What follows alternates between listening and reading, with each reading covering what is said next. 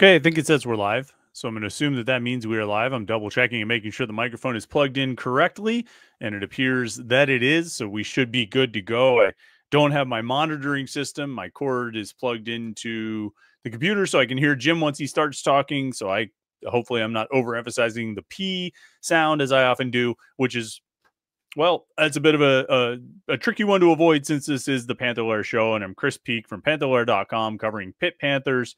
Yeah, there's a lot of P sounds, but, that's how it goes. Welcome tonight. We got a lot to talk about here on the live Panther-Lair Show. I'm glad you could tune in. Make sure you like this video and subscribe to youtube.com/Panther-Lair.com. That way you won't miss any of our Pitt video content. And, yeah, jump in the chat screen because we got a lot to talk about with Pitt, North Carolina game last night. Some transfer stuff on the horizon that we'll be talking about as well. And football schedule came out. Pitt got a transfer over the weekend. There's a lot of ground to cover. We have a lot of conversation to have. We'd like to have you join it. So post your comments and questions on the right there. Give us your thoughts, whatever you want to say about Pitt sports, and we will interact with it. As always, make sure you check out the website, Panther-Lair.com, Panther-Lair.com, Pittsburgh.rivals.com. For the most comprehensive source of Pitt sports news on the internet, football, basketball, and recruiting, you find it all at Panther-Lair.com and message boards to interact with hundreds and thousands of other Pitt fans. All day, every day, Pitt fans are hanging out on the message boards at Panther-Lair.com. And if you're a Pitt fan, you want to hang out and have those conversations too. So you should do it. Panther-Lair.com, Pittsburgh.rivals.com. All right. We're going to bring Jim in here as I look at the internet because searching the Pitt student directory because that's what everyone's doing these days. Jim, have you been looking at the Pitt student directory anytime recently? I have not. No. I guess that's what you've been doing. I just happened to look it up. There was a time when maybe like 10, 15 years ago when I used to regularly check the PA judicial docket website where you could just put in someone's name and find out if they've been arrested for anything recently. And when I was a younger man and had time to waste on things like this, I would just go through the entire Pitt football roster and see who popped up, see who showed up as being, involved with the law sometime recently. And every now and then you'd find something. And every now and then, it got a little bit interesting. I used to do that. Zeiss used to do that too. He'd just sit there and just type every player's name in and see if anything popped up. There were a few surprises. There were a few things that we hadn't heard about or kind of got under the radar, but don't do that so much anymore. This program stayed relatively clean, or at least kept it all quiet. But now with the whole transfers, you check the old student directory. I don't know. I mean, you might have seen this on the board, Jim. There is Rocco Spindler listed in the Pitt student directory. Rocco Spindler, son of former Pitt great Mark Spindler, Notre Dame grad transfer. Notre Dame offensive lineman went into the transfer portal after the national championship game as a grad transfer. Pitt is sort of low-key a school that's involved here. I don't think they're getting talked about much. That's probably how they would like it, but he is right there. Now, I believe he's also listed in the student directory for, is it Nebraska? Nebraska, yeah. Nebraska. And who else was he looking at? Did he visit Indiana too? Was that one of the other schools that's involved? I believe. But yeah, you would have to, the fact that there's multiple Rocco Spindlers showing up in student directories across the country, that surprises me. Does it? It's not one of those names that's just, it's not John Smith. I mean, I think my assumption here is he's gone through the registration enrollment process at multiple schools so that once he picks a school, he doesn't have to clear that hurdle. You know what I mean? If he decides tomorrow or Friday, hey, I want to go to this school, he can pretty much start classes right away. You know what I'm saying? I don't think there are multiple Rocco Spindlers. I think Rocco Spindler is registered in multiple schools or showing up in multiple school student directories, not Indiana, incidentally, unless he has a different name. There are a lot of Spindlers at Indiana, 3, 4, 5, 6, 7, 8, but no Rocco. Was there another school that was listed with him? I'm trying to remember. Do you remember anybody else, or was that the visits this week? Was it just Indiana and Nebraska? I believe so. Okay. So then we won't look at any other student directories, but yeah, We'll see if something else pops up. Somebody, Garrett Joe and John Christofich mentioned Michigan. So let's look at the old Michigan student directory. There we go. I'm not spelling it right at all. You know what I like? Sometimes I'll really commit to the bit when I try to like start typing something into the search bar and I'm like, oh, I misspelled that. I'm like, well, just keep going and just keep typing and see if it can guess the words that I actually want to search. And it actually, Google does a pretty good job. I'm going to say they usually can figure out what I'm searching for, even if I horribly misspell it, like the way I just spelled Michigan. All right, Michigan student directory or personnel directory. There's a lot of people named Spindler here. It's you wouldn't think, but I wouldn't have guessed that was a common last name. There's no Rocco listed in here. There's no Rocco.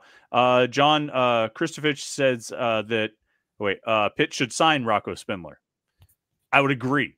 Look, I mean, like we might as well just like start off. I mean, we've already started off with this conversation. We came into this offseason, and I think the common sentiment, the shared sentiment was Pitt needed offensive linemen in the transfer portal, like more than anything else, right? Like there was, it was not just the number one priority. It was the number one priority, the number two priority, number three, number four, number five. I mean, there was talk right at the end of the regular season, they might sign 5 or 6 offensive linemen in the portal. And I said, well, that's crazy. They're not going to do that.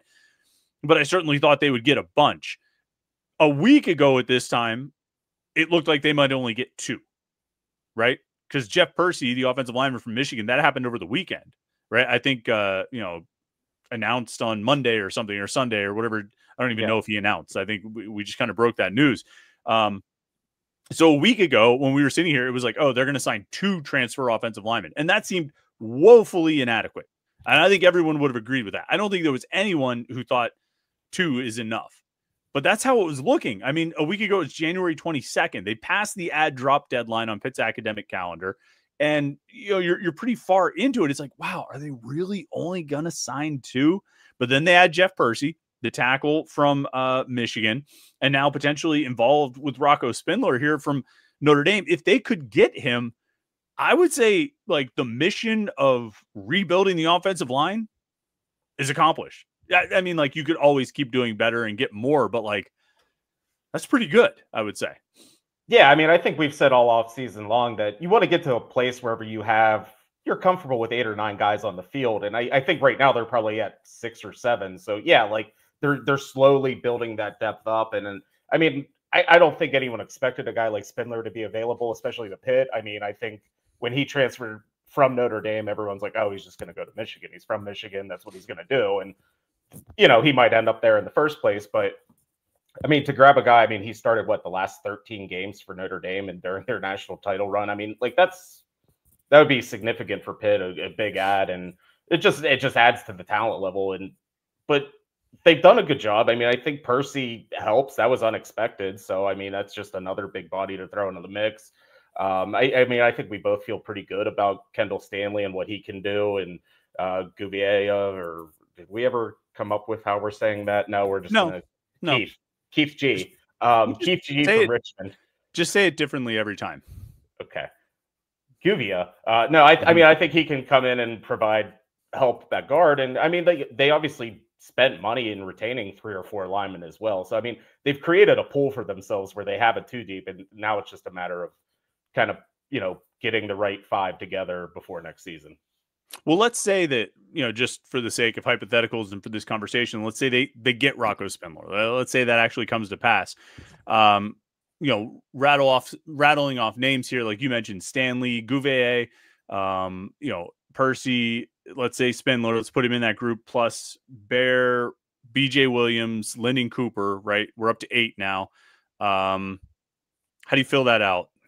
Probably Enos and Montgomery, maybe Jackson Brown. I don't know. Jackson I mean, Brown, like that's probably like 3 guys battling for 2 spots, assuming if this scenario were to play out. Yeah. Let's just and for anybody who's like tuning in as we're going, we are talking about like Matthew Spears saying thoughts on Rocco Spindler being registered in the student directory at Pitt in the last day. Like that's sort of what we're talking about here. I do think it's conceivable, and I think we've heard of it happening before, that schools that kids will register, transfers will register at multiple schools. just to get that part of the process down while they work through actually picking a school that they're going to go to. And we've said that, we see him registered at Nebraska as well. So we're just sort of speaking hypothetically about if Pitt were to land him, what this group would look like. And I think, so if we go through that list again, like tackles, you're looking at Spindler will be a tackle, right? Percy would be a tackle. Stanley would be a tackle. Let's say Bear for now would be a tackle. Montgomery would be a tackle. Enos could go both ways. Let's call him a tackle for now. So that's about 6 tackles, right? Probably at least 1 or 2 of those guys will have to move inside. You got BJ Williams at guard. Lenny Cooper as the center. I guess you would need another guard. So maybe Enos plays, maybe Bear plays inside. But my point is, as we run down this list of 8, 9 guys, maybe Caleb Holmes gets in the mix there. I know we've talked about him potentially being a center. Would you feel better about that group and the depth, not just the top line talent, but the depth than you did about last year's group around this time of year or even in the summer? Probably. Yeah, I would think so. I mean, I think last year they, you were kind of just banking on the potential of like BJ Williams and Ryan Bear taking the next step. And, you thought, Branson Taylor being back. But overall, like the offensive line, it went into the season with a lot of guys that had little experience. You were talking about Lyndon Cooper at the time. Nobody knew he would be, an impact player. Actually, I don't even think anyone really expected him to start at this time last year. So I would say right now, if all this were to pass and, what they have right now, you're probably feeling at least better about it. But I mean, as we've seen with this program specifically, it's like, 1 or 2 injuries and, all your plans go away. I mean, this is a school that's had 3 starting left tackles in a row get injured and miss the entire season. Well, Taylor didn't miss the entire season. I mean, he missed half the season, right? Yeah. Well, yeah. I mean, they all played a little bit. Right. Gonzalez played a game. I think the sentiment, I know my sentiment last year in the summer was like, okay, I think their starting 5 can be solid. I think they can have a decent starting 5. Taylor, Jacoby, I assumed Moore at center, but I mean, whoever at center, Williams and Bear, that can be a solid starting 5. But I had a lot of questions about the depth. And I think that was, I don't often get things right, but I think that was proven to be right. And I think a lot of people who had concerns about the depth were right to be concerned because it was basically one injury that sank the whole thing, right? I mean, it was effectively one injury that set off a chain reaction throughout the offensive line. And I mean, Jacoby was in and out of the lineup with some injuries. Cooper got hurt and missed whatever game that was. I guess he was out. He was out in the Clemson game because Moore was in. Yeah. Because I remember Pat Narduzzi saying that maybe part of the false start issues at the goal line was Terrence Moore being the center. But then I think Cooper missed. Did he miss the whole next game maybe? Or He missed one. I think he played 10 out of the 12 regular season games. Okay, so maybe he missed 1 or 2 games. But you felt okay, but then it was like, boy, if you get into the depth, you're going to be in trouble. This year, at the very least, there's experience, right? Like Bear has played a lot. Williams and Cooper have played a lot. Percy has played a ton of games. He doesn't have a ton of starts, but he's played 40-some games, a lot of them on the offensive line. If Spindler joins this group, that's another guy with a lot of experience coming back. Stanley, Gouveia has started he's weird, right? Where his starts have decreased, but they've decreased year after year, but he's still got starting experience. So how many did I just count? I lost count of that. 6 guys, 7 guys with extensive starting experience, which is more than they had last year. They didn't have 6 or 7 guys with extensive starting experience.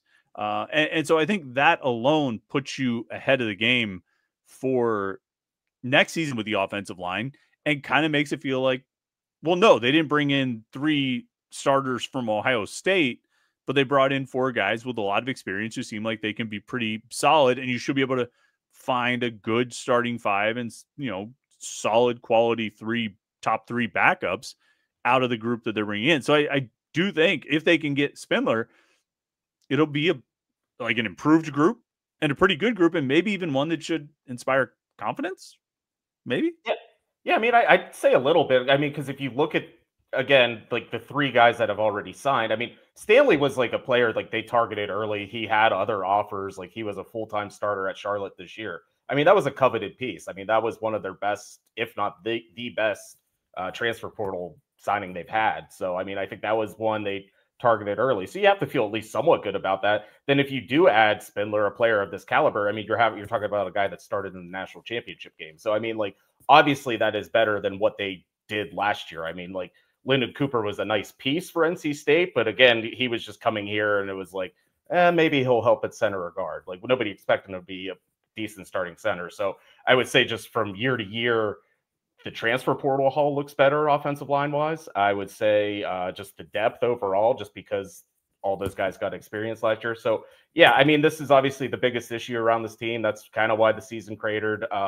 So I mean, I think they're taking the right steps, and obviously there's still one more to, step to, clear if they can get Spindler. But if not, I mean, I still think it was a solid offseason. Yeah, I think they could have a pretty good group without him. Adding him, I would not call it a luxury add, because I think you need as many pieces as you can possibly grab on the offensive line. I mean, I think, and the thing I keep saying is, like, they've committed Eli Holstein. That's the franchise quarterback. Well, then you got to protect him. Desmond Reed is your top playmaker on offense. You got to block for him. You got to give him opportunities to make plays. And, if they can do some of that, I don't know, man, they might be able to win some games. And I mean, we'll talk about the schedule, I'm sure, because that came out as well since our last show. And, as we always say, well, it's teams and dates, and there we go. But it's funny, as I was looking through it, like, I think 10 years ago, we would look at a schedule release and be like, boy, this stretch of games, this is going to be the big one. If Pitt can go 2-2 in this stretch of games, I have no idea. I have no idea. Wait, I wrote this down because I was looking it up. You might have even looked it up too. Let me see if I can find how many teams on this schedule. Dang it. Where is that? Have new starting quarterbacks. Did you write that down? I didn't get that far yet, but seven of the 10 power conference teams will have new starters. At least 7. Some of them might replace a guy. But at least 7 of the 10 power conference teams will have new starters. Like, how can you project what a team is going to be, or how one team is going to do against another, if you don't even know who the starting quarterback is going to be?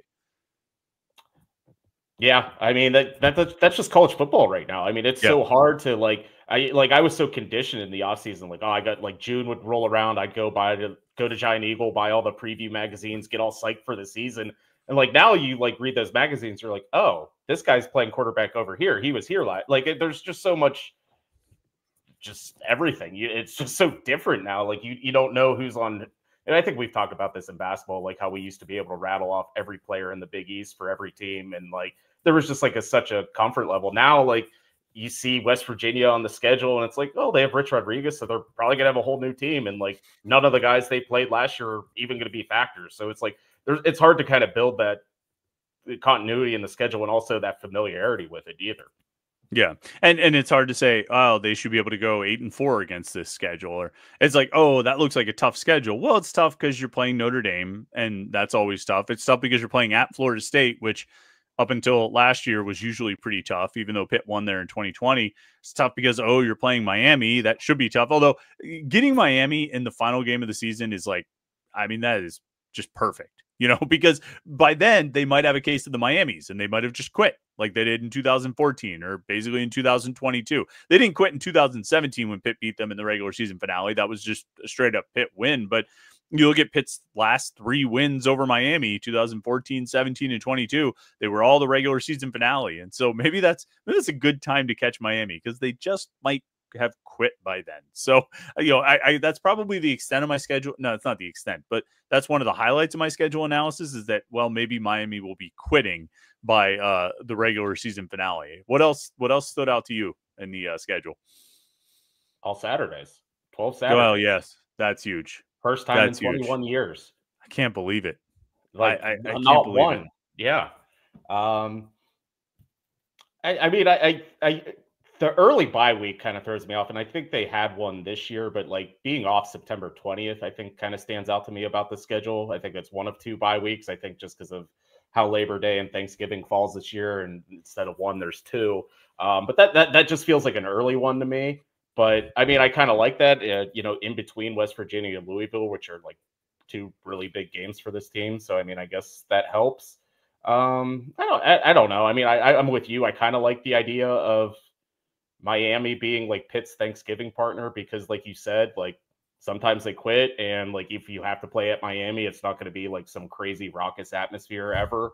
So it's like, okay, like if that's going to be Pitt's Thanksgiving Day pairing, that's probably a good one. I don't know, like first trip to Stanford since 1930 something. That's something. That's something. That sure is something. Um, yeah, the bye week is interesting because I mean, I think like you would always get like two bye weeks, but one of those would be the Saturday before a Thursday. It would be around a Thursday game, right? Like the Saturday before a Thursday game, you would be off. What's nice about it like this, I really think there's like a sort of nice symmetry to it. It is weird to have that bye week so early in the season, but they kind of go like 3 on, 1 off, 6 on, 1 off, 3 on. And I think that's a good kind of way to break it up. You get the 3 non-conference games, the Duquesne, Central Michigan, West Virginia, and then you get a week off. See where you're at, see what you need to improve, see if you need to do this or move that or do these, switch this guy or switch that guy. And then you jump in for 6 ACC games, then you get a week off, and then you get the stretch run of Notre Dame and who's the next to last game? Georgia Tech, Miami. That's it. Georgia Tech and then Miami. Right. So, 3 games, you get a break. 6 games, and that's 6 weeks in a row. You're going to have to – that's going to be your big grind. But then you get a week off before that stretch run where if you've done things well over the first 9 games, you get a chance to kind of rest up, retool, get anybody healthy that possibly can, and then dive into those final 3 and maybe really make some noise. I think it's a kind of a nice setup there. They only have one time where they're on the road in back-to-back weeks. I think Florida State and Syracuse, I believe, are the 2. Otherwise, it's kind of going back and forth there, which I think is good. I kind of like ending at home, too. I was looking at some of my other – here it is. They don't end at home very often. The last time they had the regular season finale at home was 2019 in the Boston College game. They actually did it in Narduzzi's first 3 years. They played Miami in 2015 at home, Syracuse in 2016 at home, Miami in 2017 at home, and then Boston College in 2019 at home. But that's it. All their other regular season finales have been on the road, unless I'm missing one or forgetting one. You look like there's some obvious one that I should be remembering. No, I'm like, no, you just kind of like took me back whenever you said like they haven't played that many games, and I started thinking about it. Like, yeah, I mean, like, yeah, because this year they were at Boston College. Last year they were at Duke. 2022 they were at Miami. They got the win. 21 they were at Syracuse. 20 they were down in Georgia Tech. And then the Boston College game in 2019. And then another weird thing is this Miami thing, because they ended the regular season at Miami in 2014. I forget what they did in 2013. I think it might have been Syracuse or something. But 2014 they ended at Miami. 2015 they ended with Miami at home. 2017 they ended with Miami at home. And 2018 they ended at Miami. So 4 out of Pitt's like first 6 years in the ACC, they closed against Miami, which is a weird pairing. I understand like Syracuse, but like I don't know if the ACC was expecting Pitt to be competitive for the conference at that point, and they wanted to match up with Miami. And now you have another Miami finale here. Ultimately, it doesn't matter. I do like ending at home. I mean, like this past year, I think was weird, because of like senior day being with like 2 more games still left to play. It's like, thank you for your career. Now go play at least 2 more games and probably, go play 3 more games. But thank you for, so it's kind of nice, I think, to finish it up there, although it'll be Saturday after Thanksgiving. So crowd might be light. But yeah, I don't know. Those were probably the biggest things that stood out to me. The Saturday games, the 3-6-3 structure, Miami as the finale, and closing out at home. I don't know if there was anything else that really they don't have to get on a plane till October 11th. That's always good. It's always good. Yeah. And I think are they home surrounding the Stanford on both weeks surrounding the Stanford game? I think the bye week is directly do they have a bye week there too? Yeah. Okay. So that's kind of nice too. You're not traveling 2 weeks in a row with around that big trip out west. So I don't know. I don't have anything else really. It's like we always say, it's just a schedule, but it's out. So we can, anything jump out to you there? You making any, have you thought about any of those trips yet?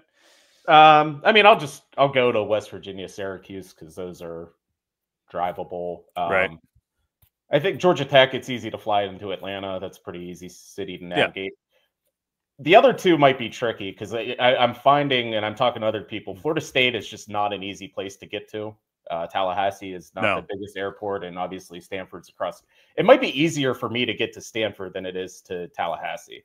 Like I remember looking in 2020, I think I was going to fly into Jacksonville is what I was, and then just drive, which somehow Jacksonville was a little bit easier to get to than Tallahassee as far as airports and flying. I mean, like I remember looking at that back then and being like, wow, this is a really like, I was like, should I just fly into like Atlanta or Birmingham or someplace and try like what really makes sense here? And I think Jacksonville was what I ultimately settled on. Never made that flight and got like flight credits for it. And then like 2 years later, whoever it was that I flew with Delta or somebody was like, you need to use these credits in the next 30 days or else we're taking them away. And I was like, oh crap. So I ended up just like throwing together a trip to New York City because I was like, what else am I going to do with this? Yeah. I have nowhere to go. But anyway, so that might be, if you are so inclined to go to Doak Campbell Stadium, then, that would be maybe the move, Jacksonville.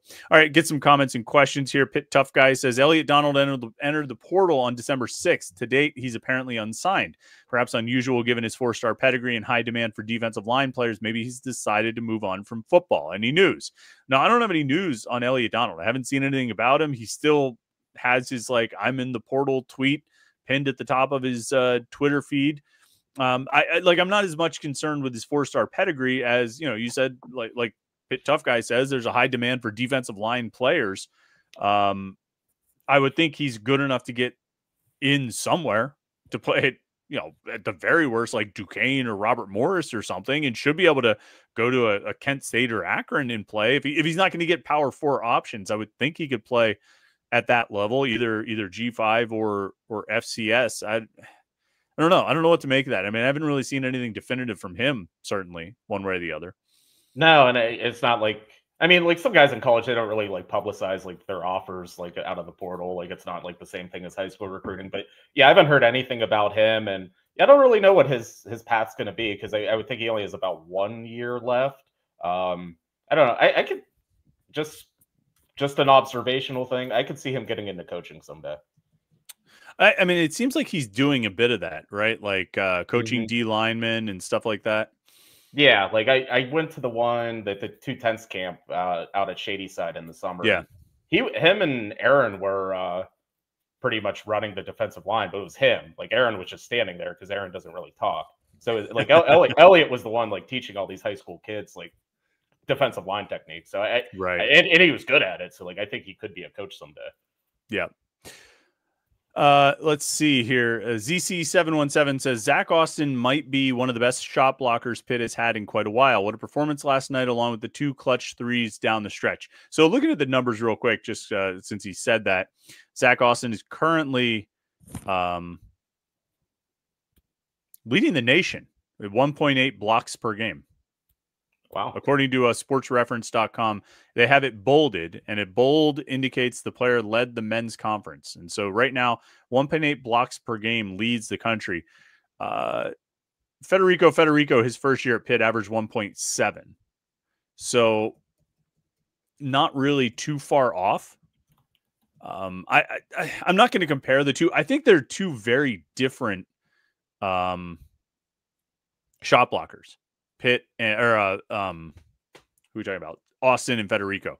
Federico was rim protection. Federico was meeting a guy at the glass, meeting a guy at the rim, and rejecting a shot there. Austin does some of that, but out of his 5 blocks last night, I think at least 3, if not 4, were on like jump shots. Like 3-pointers and like 2-point jump shots, mid-range jumpers that he just comes out of nowhere and swats away. Like that, Federico wasn't out there making those plays. It was really remarkable to see what Zach Austin did with those blocks. I mean, it was just it was a crazy performance, here, Terrell Brown, his second year at Pitt, averaged 1.8 blocks per game, which is what Austin's averaging right now. And Terrell Brown, actually, his final year at San Diego, averaged 2.6 blocks per game. So is Zach Austin the best shot blocker Pitt has had in quite a while? Yeah, I mean, if you were to believe he's better than Terrell Brown, I mean, I guess he is, but As a shot blocker, as a pure like shot just as a blocker, shot blocker. I think he's better just because he could block different people's shots, if that makes sense. Like Yeah. like what you're talking about. Like he can close out. Like he could be 3 steps below the 3-point line and still get to you, and like that's a weapon. That's not common. That's not a thing a lot of people can do, especially in college basketball. So it's nice having that recovery, and yeah, so he can block a lot of people's shots, not just the guy he's defending. He's still like he's gotten more of a role in the offense because of his 3-point shooting this year, but he's still not really part of the offense. It's still like, I mean, I talked about last year, the Zach Austin, like chaos points, it's still transition, it's fast breaks, it's loose balls, it's offensive rebounds and putbacks. It's like, somebody misses a layup and he comes in from out of nowhere and just slams a dunk. I mean, that's not a play. They don't run many plays for Zach Austin. They probably run more this year just to get him open looks from 3 because he's shooting so well. But he's still not part of it. And I just don't know.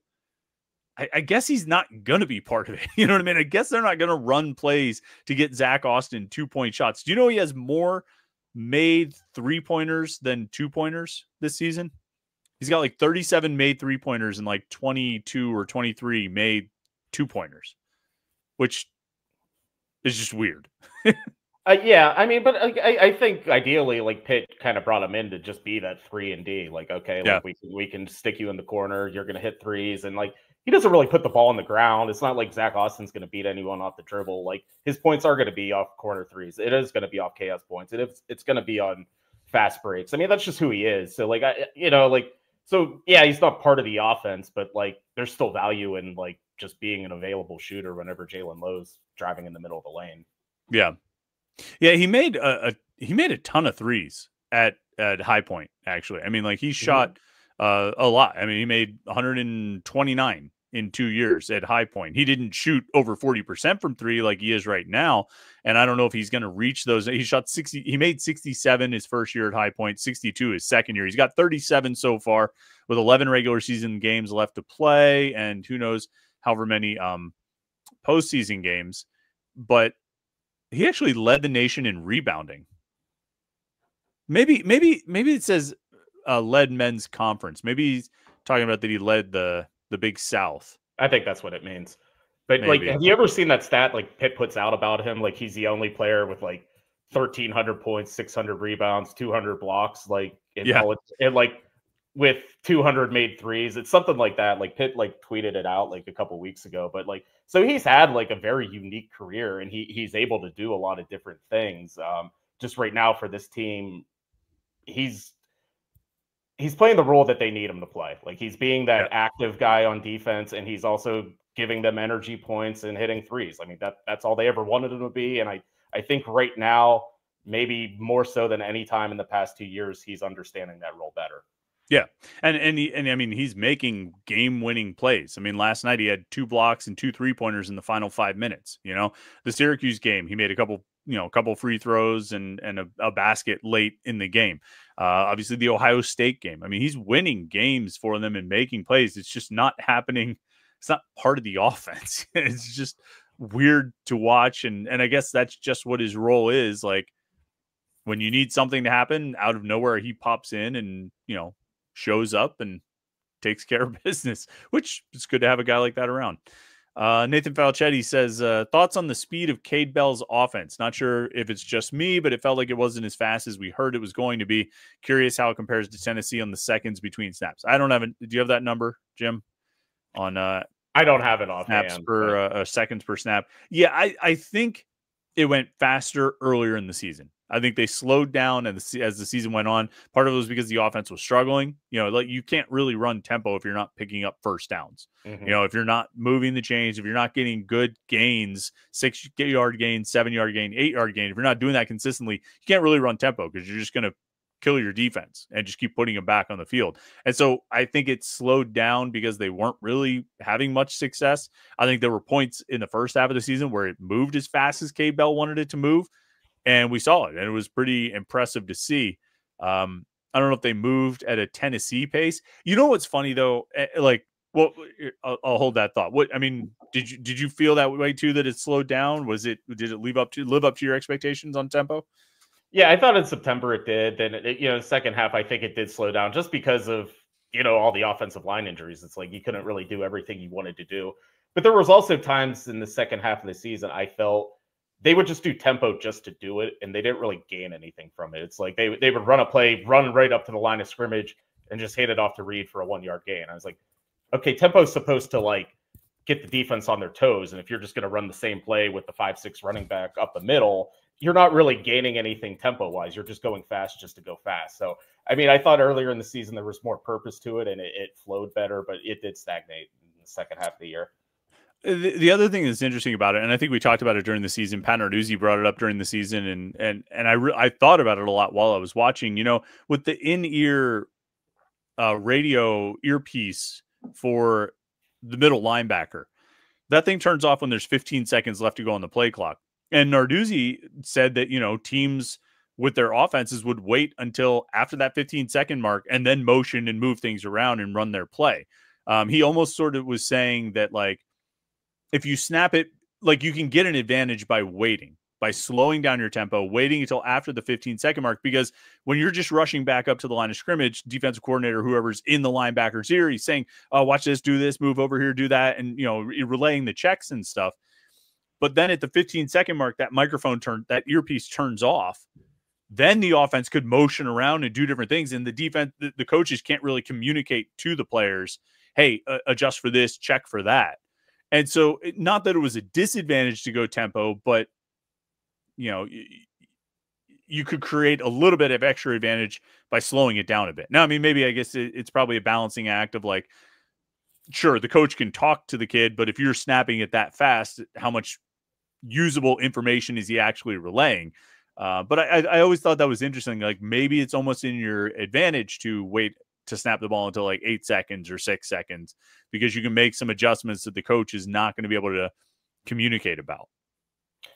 You ever notice like how like Pat Narduzzi like thinks of like every like little like way like people are trying to game whatever system there is? Like that is like a total thought that only he would have, that like, what, I bet teams are waiting on us, like, but like that's just like where his mind goes. It's like with every rule that's implemented, there's always like, well, they're doing it this way and that's not right, and we can tell that they're kind of gaming the system. Like, do you ever kind of get that feeling from him? So what I wonder about with that is, like, there's like, the old like cliche or adage that, like, well, if you accuse somebody else of doing it, it's probably because you do it yourself. But is Pat Narduzzi that lone exception that, like, sees all these ways that he perceives all these ways that he thinks other teams are cheating or trying to like game him, but does none of them himself? Yeah, like I actually think that's a possibility, and not like out of nobility or anything like that. Just like, okay, you see that it can be gamed like this, you should try it too. And I mean, like, the disconcerting signals. I mean, like, yeah, they absolutely did that. They did that against Penn State in 2016, and James Franklin complained about it. Matt Colombo's clapping to signal the plays and stuff like that. And like, and then it gets done to that. Well, yeah, people were trying to mimic our cadence and do all. Yeah, you did it too. But I don't know how often he actually, because he accuses a lot of teams of doing a lot of things. He's aware of all of it. But he sure is. And I always think it's like, you see it, you recognize it because you do it yourself. But I don't know if I think Pitt does that. I don't know if Pitt tries to game the system enough. They should. They should. Or so, I mean, do you think Pat is saying all those things because he recognizes them because Pitt does them too? Or do you think he just sits back and says, those teams are cheating and we're not? I kind of think the latter. I know, like, it's weird how like fitting it seems like, and again, not out of nobility, almost just out of like do the wires connect to say like, hey, you can do that too, like maybe they don't. Joey Dealey wants to know, why do you think Brandon Cummings isn't getting playing time anymore? Is he struggling? I think he's a freshman. I mean, I think like last night's game would have been a really challenging matchup for how good those guards are and how fast those guards are. And I mean, you've seen the rotation whittle down with all these guys, with Brandon Cummings, with Amsal Delilich, with, Papa Amadou Conti, with Jorge Diaz-Graham. Shoot, you've seen it whittle down with Guillermo Diaz-Graham. I was looking at his minutes in the second half. I have a big spreadsheet here. 1, 2, 3, 4, 5, 6. Wait. I feel like he's played like average like less than 8 minutes per game in the second half in the first 8 ACC games before last night. There were multiple games where he played only like 4 minutes in the second half, or no minutes in the second. Just really that rotation is just getting pared down, and I don't know if it's Capel being tight. I don't know if it's Capel just not trusting that guys like Brandon Cummings can hang in these scenarios, and maybe he's right. I don't know, but I think that's what it is. I think if he has to, he will play Lowe, Leggett, Dunn, Austin, and Corin 20 minutes if that's what he feels like he has to do in order to win the game. And I think, like, I'm sure he would like to have Cummings out there, but he clearly doesn't feel like he can trust him. Yeah, I mean, I think whenever Damian Dunn got hurt, Brandon Cummings was going to get all these minutes and he was going to take this big step forward. And I think there were times when he did, but I still think there were parts of his game where, like you said, he's a freshman. I think he struggles with on-ball defense. So a game like North Carolina with a bunch of quick guards, I don't know if that was a great place for him. But there's other times where, his shot plays. He's a good three-point shooter. But I think a lot of his playing time and the lack thereof is just on-ball defense. And I think Capel's kind of alluded that with him, kind of the same way with Papa Conte. It's like our guys need to be, know what they're doing on both sides of the ball when they get into the game. And those felt like he was directing those at the guys that have seen their minutes decrease. So I think that's part of it. So, I mean, it's tough to take Jalen Lowe and Ish Leggett off the court. And like Damian Dunn was doing some really good things last night. So, I mean, like part of it's just like there are 3 guards ahead of them that are just better. Were you as surprised as I was that Cam Corin kind of did pretty well defending RJ Davis last night when they would switch in the second half? I thought his whole second half was one of the better, maybe arguably the best half he's played at Pitt. Just like from the overall, where Pitt just didn't get crushed defensively. They didn't get destroyed in rebounds. I mean, like North Carolina was held to 21 points. That was their lowest point total in a half all season. So whatever Pitt was doing, they're switching. They frustrated Carolina. Yeah, I don't care what their record is. They're a very talented team. They can put the ball in the basket. So they did something right there. And like those switches with Corin, they just weren't getting beat. They were closing out on shooters. I thought they did a really good job in that half. So for him personally, I think he needed that. Like there are times this year, like he scored points and that's great. And like they need that too. But like where he struggled and where a lot of people worry about him is his defense. And like, Pitt continues to get out rebounded a lot and he's the center on the floor. So just he kind of gets charged with it a lot, but part of it's true. Like he needs to rebound better. And I thought like last night was the first step in him just being a better defender and should help them, moving forward. Well, even last night, he looked like a better defender away from the basket than he was in the post, which is kind of weird. But I just like I remember watching like multiple times in the second half last night, and RJ Davis was trying to drive against him, and he's just cutting him off. He just didn't let him get there. I think one of the most remarkable stats is RJ Davis had 7. He was like 3 of 7 in the second half last night shooting, but only 4 of those shots were inside the arc. And that's the thing that like stands. It's not. Yeah, he was 2 of 4 on 2-pointers, but it doesn't matter that he shot 50%. He played all 20 minutes and only attempted 4 shots inside the arc. I think that's a huge stat because that, as much as anything, is they were just denying him. They were not letting him get shots at all. And that's like RJ Davis, Carolina's 9th year veteran, senior point guard, team leader, best player. And he only gets 4 shots inside the arc. Like, I really think that speaks to the defense. And Cam Corin gets a lot of credit for that. A lot of credit. I don't know if I want him doing that every night, trying to defend top guards at the other end of the court. I'm still, advocating for an equal timeshare with Guillermo Diaz-Graham. But Corin definitely acquitted himself nicely last night. thought he did really well against a matchup that shouldn't have favored him. I didn't think that would be that wouldn't be a matchup that favored him. We were talking about the Miami regular season finale. ZC717 says that Miami team in 2017 was highly overrated. Yes, but they were also 11-0. Like if you go 11-0, you pretty much deserve to be rated as high as possible, right? Like, I mean, if you can get to that point in the season without any losses, I can't really call you overrated. They were vulnerable. They had their weaknesses, and certainly I think third down offense was a big one, and that's how Pitt was able to win because they shut them down on third down. But, like, that was an 11-0 team. Like, of all the number 2 ranked teams that Pitt has beaten, Miami is the third. They were not as good as Clemson or West Virginia, but they were still undefeated and ranked number 2.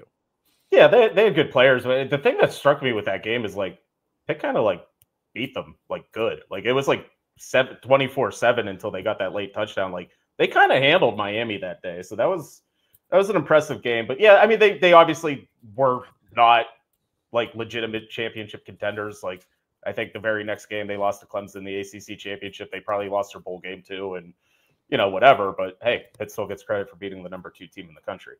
Yeah, absolutely. At the tail end of a 5-7 season, which is kind of what they do. Paul Sebastian says, is Notre Dame considered a non-conference game? Yeah, Notre Dame's a non-conference game. That's the 4th non-conference game. Notre Dame has a scheduling agreement with the ACC to play 5 ACC games every year. Okay. And Pitt had a lot of, like, Notre Dame games scheduled already, like a decent number. We might be past that by now, but I know that the ACC tried to keep those all in line once it entered the scheduling agreement with Notre Dame. But yeah, you get these Notre Dame games every few years. I think it's generally nice to have it. It's a fun agreement, but the last 2 games against Notre Dame have not been very enjoyable from Pitt's perspective. I would say 2023 was pretty disgusting, and 2020 was pretty. 2020 felt like a real bottoming out moment, where it was like, okay, this Panthers experiment might actually be over. If you remember the circumstances of that 2020 game, they had an off week afterward and all, but I mean, then they turn around and beat up on Florida State. So, hey, surprises always can come, but I like, that Notre Dame pops up every now and then. It's fun to add them in, and it'd probably be a little more fun if it was more competitive, but what are you going to do? ZC717 says they should put the Backyard Brawl as the last game of the year. I go back and forth on it. Is that what you would do, Jim? Would you get all the non-conference or get all the games out of the way and then finish with a rivalry game like that? I think there's a pros and cons to either playing it at the beginning or the end of the season. But, playing it at the end of the season, like, if your season's terrible and you still beat West Virginia, you could at least have that.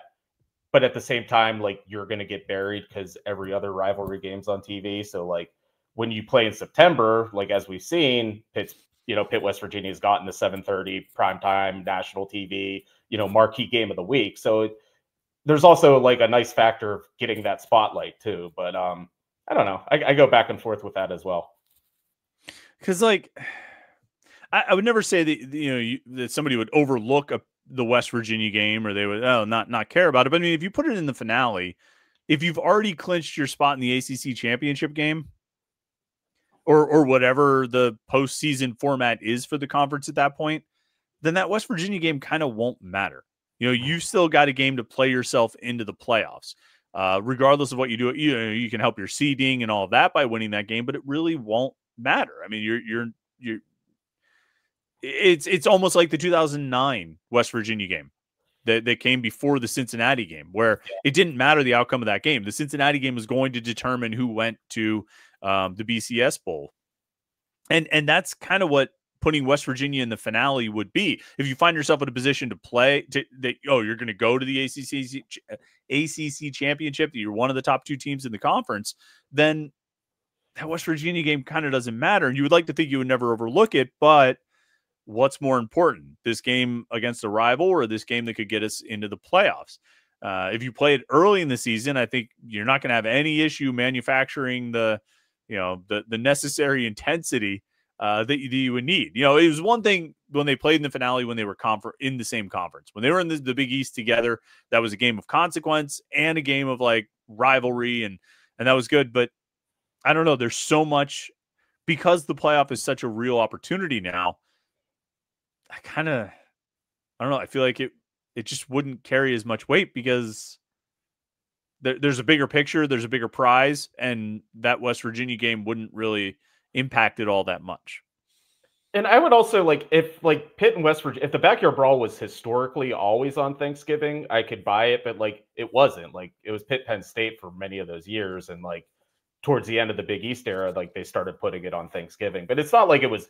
It's not like it was Michigan, Ohio State. It's not like Pitt and West Virginia always finished the year. So there's not that like tradition of it like being Thanksgiving weekend. And obviously we talked about it earlier. It's like some years it's Syracuse, some years it's Miami. So Pitt doesn't really have that kind of game where everyone else has a rivalry game. But I don't know. I mean, I look at the backyard brawl right now in its current format. Like the crowds have been great. Like the games have been fun. Like people are into it. Like you go down to Morgantown, like the tailgate was great. You go to Pittsburgh, it was like the largest crowd at Heinz Field or Acrisure history. I mean, like everything about like playing in September has worked out really well. Yeah. And, you know, it's nice too when you have it like the third game, like that first game in 2022. First game is always tough. First game of the season is always tough. But moving it a couple games into the season, then the team is warmed up. You could probably get a little more competitive game, although 2023 wasn't a very good game. But last year was fun. ZC717 coming in again says this game against Wake Forest on Saturday is huge. This is a chance at potential huge road win if they can get it. Yeah, Wake Forest stayed inside the top 75 in the net despite losing at Louisville last night. Or I shouldn't say despite, because I think, you know, we were talking about it last night at the Pitt game. Is like, oh, what do you think is going to happen to Wake Forest? I'm like, well, probably not much. They lost at a top 25 net team. You don't get dinged all that much for that kind of a loss. What's interesting is if Pitt goes to Wake Forest on Saturday and wins, conceivably that could be the game that could knock Wake Forest out of the top 75. By virtue of Pitt winning, that game might go from a quad 1 to a quad 2 game for the Panthers, even though, you know, I think it's been well accepted that, or well acknowledged that the quad 1, quad 2 games kind of, there's a lot of overlap there, or they're sort of viewed similarly by the committee. But yeah, this is absolutely a huge game. Do you have any early thoughts on this one, Jim? Pitt is 0-6 all time at Jewel Coliseum. That is just they're not a team. They don't, even though they beat Wake Forest last year, I feel like over the past 5 years, they generally don't play all that well against them. I think they got killed last year down there. But I look at the game and I look at the, you know, remaining schedule. There's 11 games left, and I think there's 7 they should feel that they should win. And there's 4 road games that are going to really kind of determine the rest of, you know, how the season goes. I think you look at Wake Forest, at North Carolina, at SMU, and Louisville. Those 4 road games are huge. The other 7 games, Pitt should be a decided favorite and should almost, like, you could say it right now, like they should win those games. So this is just another big part of their season. I mean, there's 4 big games left, and this is one of them, and it's against a team that's, I think, pretty good. I mean, they gave Duke a good run the other day. You know, we talk about, like, college sports not having a lot of familiarity. I don't know, it's still Hildreth and Hunter Salas and Efton Reed. I mean, it's like the same Wake Forest team the past 3 years. So, like, you kind of know what you're getting with them at least. What do you think would impact Pitt's resume more? Winning one of those big quad 1 road games or losing one of these quad 3, quad 4 home games?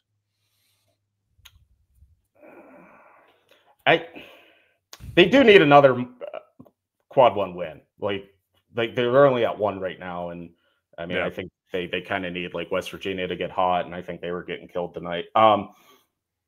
I don't know. I mean, like it seems like those bad losses really kill teams. Like if you were to like, I was watching, like, before we went live, I was watching Boston College Miami, or not Boston College Miami Virginia. I don't know if you were watching that at all, but no, why? I don't know. Yeah, just terrible basketball, 2 bad teams. So I feel like if Pitt were to lose to that 4-win Miami team, that would hurt more than beating North Carolina and Chapel Hill would help, I think. Yeah, I think so too, because I think ultimately it was the bad losses were a big part of why they missed it last year. In addition to the bad non-conference, which they've taken care of that issue, which I think if they can avoid bad losses and they improved the non-conference strength of schedule, they should be able to get by with not having a lot of those high quality wins. But again, if you don't have any losses in the quad 2 rate, the quad 2 games, that almost might count for as much as getting 1 or 2 extra like quad 1 wins. You know what I mean? Like I think they position themselves really well right now. If they just take care of business, if they could take care of business against the lower teams and get 1 win on the road against one of these top teams, I think they're a lock. I don't think there any way they get kept out, right? No, I mean, just like where they are, I think what they jumped up to 34 the net today. But yeah, like I posted on the board this morning. It's like they're 13-0 against quad 2, 3, and 4. Like they've beaten every team they are supposed to, or that is below them, and like that's huge. Like there's not that Missouri stain. There's not getting swept by a bad Syracuse team. Like there's none of that on your resume this year. So like just keep winning games, pick off a couple of these tough road games. I think they're going to be in good shape. Yeah. All right. Last comment here. Andrew says, shout out to the dude wearing the Pickett Steelers jersey in the front row. LOL. Did you see this, Jim? I didn't notice it, but it was right near the end of the game. Ishmael Leggett, I forget what he did, but he ended up going over and high-fiving this guy. Let me see if I can wait, I've got it. Let's see. Oh, come on. Oh, it's not going to let me do this. Really? Hold on. I have to bring this up because our guy Matt Hawley got a photo of it. I might be able to do it in our slideshow here. It's a pretty great photo, but it was not like the slideshow tool. It's not working how I want it to work. Oh wait, here. Let's see if I can expand this. I'm not going to be able to do this. What a disaster! Right there. It's, you know what? That's just the way it goes. Wait, I can do it now. Where is this? There. Okay. So you can see him. You see this guy? Oh. Okay. Yeah. Now, the one question I had when I saw Ishmael Leggett go over and shake hands with this guy, the one question I had was, is that a Kenny Pickett jersey? The first thing I thought was, is that a Tommy Maddox jersey? And I was like, shout out to this dude wearing a Tommy Maddox jersey to the Pitt game. But I think it was actually probably a Kenny Pickett jersey. But more than likely. Yeah, probably. All right. I think that's a good spot to end there. 9:30 after I do a little screen share. I'm going to have to work on. I thought I could I open the image on my computer and just share that. But apparently I have to share something within my internet browser, which is why I had to do it that other way. Whatever. It doesn't matter. I think that can... now I'm looking at all these different buttons that I have here, things that I can click on that maybe could do what I wanted to do. Anyway, everybody tuning in tonight, thanks for the comments and questions. It's been a fun conversation as always. Big game for Pitt on Saturday at Wake Forest. We'll have all the coverage to get you ready for the game at Panther-Lair.com. So make sure you check out the website, Panther-Lair.com, Pittsburgh.rivals.com. And don't forget to like this video and subscribe to youtube.com/Panther-Lair.com. Jim, thanks for your time tonight. Thanks, everybody, for tuning in. And we will catch up with you tomorrow for the Morning Pit when we, a little bit more Pitt basketball talk. So we'll talk to you tomorrow for the Morning Pit right here, youtube.com/Panther-Lair.com.